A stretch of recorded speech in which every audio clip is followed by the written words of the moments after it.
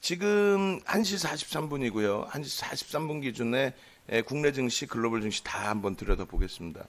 자, 월봉, 주봉 같이 놓고 볼 거예요. 월봉 놓고 보시면 어때요? 지금 기준에서. 아래꼬리, 비이성적이긴 하지만 아래꼬리 쫙 달아놓고 돌리는 흐름이란 말이에요. 1900포인트까지 누가 올라올 수 있다라고 생각을 했겠어요? 그것도 단기간에. 2016년도 저점을 국내 증시는 깨고 내려갔습니다. 그러다 보니까 우리나라 증시만 대부분 놓고 보시게 되죠. 2016년 저점을 깨고 내려가니까 이건 뭐 굉장히 뭐 난리 난 것처럼 코로나19가 뭐 전 세계 금융시장을 초토화시키고 뭐 대공황이 오는 것처럼 그렇게 이야기들을 했죠. 근데 실질적으로 미국 증시나 일본 증시를 놓고 보면 뭐 유럽은 좀 많이 빠졌어요. 유럽은. 근데 미국의 다우지수 놓고 보면 어때요? 2016년도 이후만 놓고 보더라도 저점을 안 깼어요.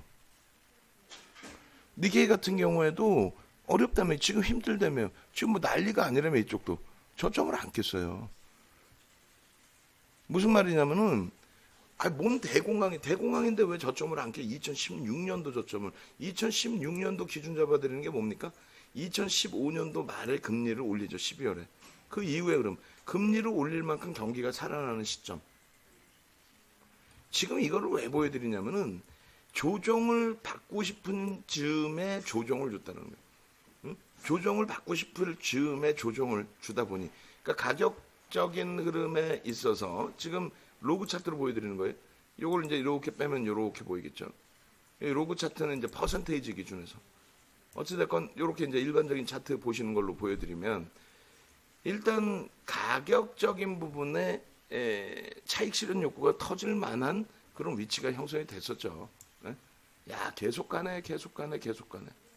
그러다가 이제 울고 싶은데 뺨 때려준다고 그렇게 해서 조정이 나오니까 사실상 조금 더 확대해서 이야기를 한 부분이 많았다는 거죠.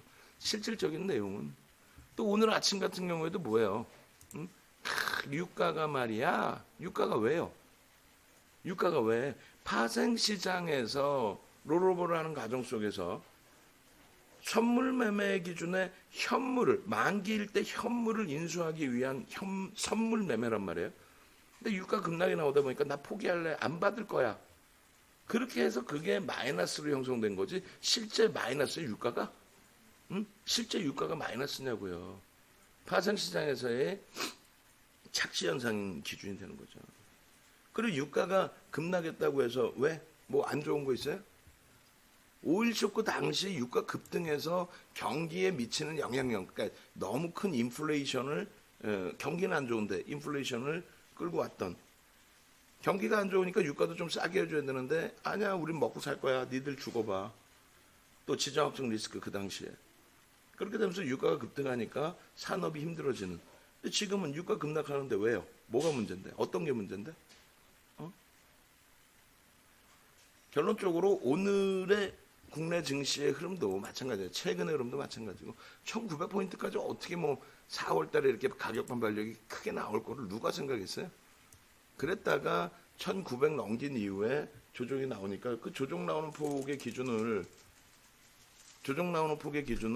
뭐 굳이 확대해서 갈 필요 없어요. 뭐 이번에 조정 받으면 뭐 1100을 깨고 그 쓰잘데기 없는 거 확대해서 갈 필요도 없고 그냥 가격 반발력 과도하게 밀려 떨어진 거 미국이나 일본 쪽 보니까 어때? 과도하게 밀려 떨어졌잖아요.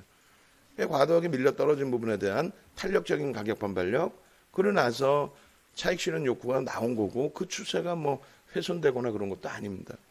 그런 찰나에 이제 오늘 같은 변동성의 기준이 형성이 된 거죠. 그렇다면은 김정일, 김일성 사망 때 어땠냐는 거예요.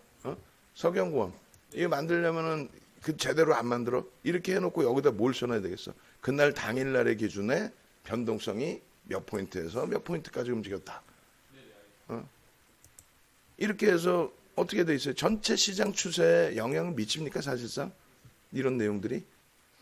결과적으로 오늘 그 변동성에 대해서 막연하게 뭐 변동성이 이렇게 생각하기보다는 일단 그 김정은 건강 이상설이 속보로 나왔을 때 먼저 문자부터 또 게시판부터 올려드리면서 말씀드렸잖아요. 자, 이 내용이 펀드 매니저가 먼저 할까요? 신문 뉴스 기자가 먼저 할까요?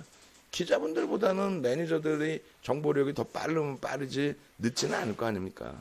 그리고 뭐 그 정보력을 떠나서 그 파급 효과가 어마어마하다면 뭐 삼성전자 하한가 가야죠. 예?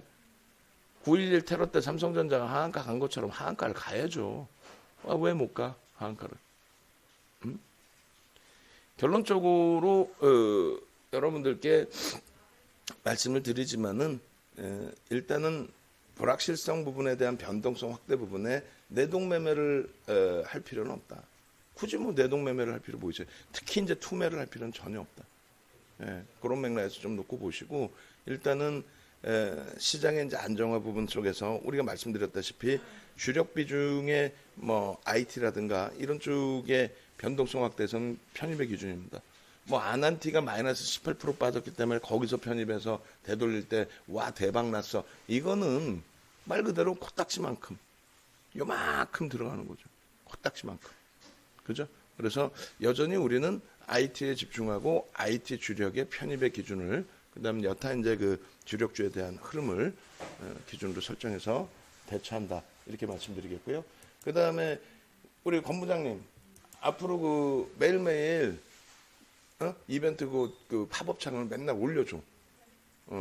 항상.